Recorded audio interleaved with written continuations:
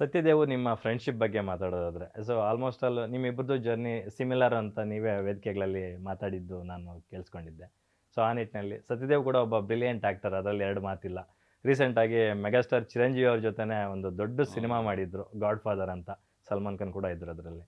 So ಇಲ್ಲಿ ಶಿವಣ್ಣ ಅವ್ರಿಗೆ ನೀವು ಹೇಗೋ, ಅಲ್ಲಿ ಚಿರಂಜೀವಿ ಅವರಿಗೆ ಸತ್ಯದೇವ್ ಹಾಗೆ. ಸತ್ಯ ಒಳ್ಳೆ ಆ್ಯಕ್ಟ್ರು, ವೆರಿ ಆರ್ಗ್ಯಾನಿಕ್. ನನಗೆ ನಮ್ಮ ನಾಗಶೇಖರ್ ಅವರು ಒಂದಿನ ಫೋನಲ್ಲಿ ಏನೋ ಮಾತಾಡ್ತಾ, ನಮ್ಮ ಬ್ರದರ್ ಇದ್ದಾರೆ ಮಾತಾಡಿ ಹಿಂಗೆ ಸತ್ಯದೇವ್ ಅಂತ ಇಲ್ಲಿ ಆ್ಯಕ್ಟ್ರು ಅಂತೇಳಿ ಮಾತಾಡ್ಸಿದ್ರು. ಅವ್ರು ಲವ್ ಮಕ್ಕಳು ರೀಮೇಕ್ ಗುರ್ತುಂಡ ಸೀತಾಕಲಂ ಗುರ್ತುಂಡ ಸೀತಾಕಲಂ ಹಾಗೆ ಗೊತ್ತಿತ್ತಷ್ಟೇ. ಅದಾದಮೇಲೆ ಈ ಸಿನಿಮಾಗೇ ಸತ್ಯ ಫೋನ್ ಮಾಡಿದ್ದು. ಓಕೆ. ಅದಾದಮೇಲೆ ನಾನು ಇಬ್ಬರ ಮುಹೂರ್ತಕ್ಕೆ ಹೋದಾಗ ಹಿಂಗೆ ನಾನು ಜೆ ಪಿ ನಗರ ಡೆಲ್ಮಿಯಾ ಸಿಗ್ನಲಲ್ಲಿ ಕೆಲಸ ಮಾಡುತ್ತೆ. ನಾನು ಜೆ ಪಿ ನಗರಲ್ಲೇ ಇರೋದು ಅಂತಂದು ಡೆಲ್ಮಿಯಾ ಸಿಗ್ನಲ್ ಹತ್ರ ನಾನು ವರ್ಕ್ ಮಾಡ್ತಾಯಿದ್ದೆ. ಅವಾಗ ಜಯನಗರ 4th ಬ್ಲಾಕ್ ಸಿನಿಮಾನ ನನ್ನ ಫ್ರೆಂಡ್ಸು ತೋರಿಸಿದ್ರು. ನೋಡು ನಿಂತರ ಇವನು ಸಿನಿಮಾ ಇಂಡಸ್ಟ್ರಿಗೆ ಬರಬೇಕು ಅಂತ ಹೇಳಿ ಕೆಲಸ ಎಲ್ಲ ಬಿಟ್ಟು ಬಂದು ಹಿಂಗೆ ಶಾರ್ಟ್ ಫಿಲ್ಮ್ ಎಲ್ಲ ಮಾಡಿದ್ದಾನೆ ಅಂತ ಹೇಳಿ, ವೃತ್ತಿ ಬಿಟ್ಟು ಪ್ರವೃತ್ತಿನೇ ವೃತ್ತಿ ಮಾಡ್ಕೊಂಡಿದ್ದಾರೆ ನೋಡಿ ಅಂತ. ಸೊ ಅವಾಗ ನಾನು ಜಯನಗರ 4th ಬ್ಲಾಕ್ ನೋಡಿದ್ದೆ, ನಾನು ಭಾಳ ಇಷ್ಟ ಆಗಿತ್ತು ನನಗೆ ಅಂಥೇಳಿ. ಅವನು ನನಗೆ ಅವಾಗ ಸಾಫ್ಟ್ವೇರ್ ಇಂಜಿನಿಯರ್ ಕೆಲಸ ಬಿಟ್ಟು ಹೋಗಿ ಆ್ಯಕ್ಟರ್ ಆಗಿರೋದು. ಸೂಪರ್. ನಂಗೆ ಅದು ಕೇಳಿದಾಗ ಭಾಳ ಖುಷಿ ಆಯಿತು. ಅಂದರೆ ಒಂದು ಶಾರ್ಟ್ ಫಿಲ್ಮು.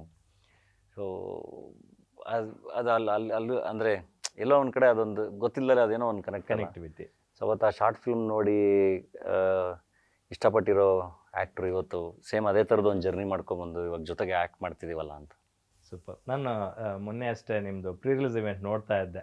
ಮೆಗಾ ಇವೆಂಟ್ ಅಂತ ನೀವೇನು ಮಾಡಿದ್ರಿ ಪ್ರೀ ರಿಲೀಸ್ ಇವೆಂಟು ಹೈದ್ರಾಬಾದಲ್ಲಿ. ಅದಕ್ಕೆ ಮೆಗಾಸ್ಟಾರ್ ಚಿರಂಜೀವಿ ಅವರು ಅದು ವಿಟ್ನೆಸ್ ಆಗಿದ್ದನ್ನು ನಾವು ಎಲ್ಲ ನೋಡ್ತಾ ಇದ್ವಿ. ಭಾಳ ಬ್ಯೂಟಿಫುಲ್ ಒಂದಷ್ಟು ಭಾವನೆಗಳ ವಿನಿಮಯ ಆಯಿತು ಅಂತ ನನಗನ್ನಿಸ್ತಾ ಆ ವೇದಿಕೆ. ಆ ನಿಟ್ಟಿನಲ್ಲಿ ಸತ್ಯದೇವ್ ಅವರು ತುಂಬ ಎಮೋಷ್ನಲ್ ಆಗಿ ಮಾತಾಡ್ತಾ ಇದ್ರು. ನೀವು ತುಂಬ ಇನ್ಸ್ಪೈರಿಂಗ್ ವರ್ಡ್ಸ್ನ ಮಾತಾಡಿದ್ದು ನಾವಲ್ಲಿ ನೋಡಿದ್ವಿ. ಅಂದರೆ ಚಿರಂಜೀವಿ ಅವರು ಅಂತ ಒಬ್ಬ ಲೆಜೆಂಡು ನಿಮ್ಮ ಮುಂದೆ ಇದ್ದಾಗ ನೀವು ತುಂಬ ಅದನ್ನು ಪ್ರೀತಿಯಿಂದ ಅಷ್ಟೇ ಆಪ್ಯಾಯತೆಯಿಂದ ಮಾತಾಡಿದ್ದನ್ನ ನಾವು ನೋಡಿದ್ವಿ. ಆ ಮೂಮೆಂಟ್ ಹೇಗಿತ್ತು ಅಂತ?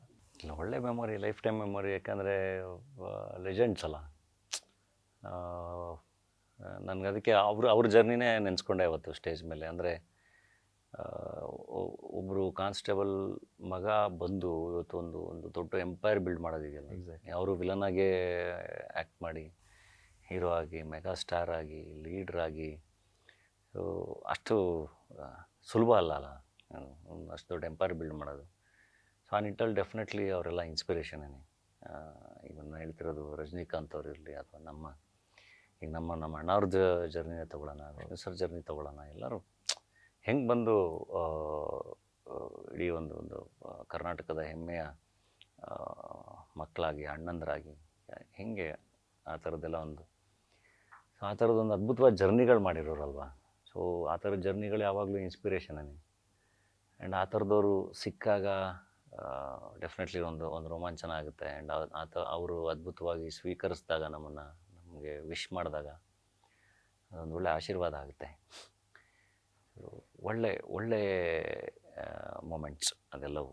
కన్నడ నుంచి వచ్చినటువంటి ఒక అద్భుతమైన యాక్టర్ ధనుంజయ. ఆయన గురించి నేను విన్నాను కానీ సినిమాలు చూడటం నాకు చేయలేదు. బట్ పుష్ప చూశాను. పుష్ప ఎక్కడ అనేది నాకు గుర్తు రావట్లేదు, కానీ డెఫినెట్గా ఈ సినిమాలో చాలా మంచి గుర్తింపు వచ్చింది. తను కూడా మంచి ఆర్టిస్ట్గా తెలుగు యాక్టర్గా తను సెటిల్ అవుతాడు అంటలో ఎలాంటి సందేహం లేదు. All the very best Dhananjaya. Guarantee news, ಸುದ್ದಿ ಖಚಿತ, ನ್ಯಾಯ ನಿಶ್ಚಿತ.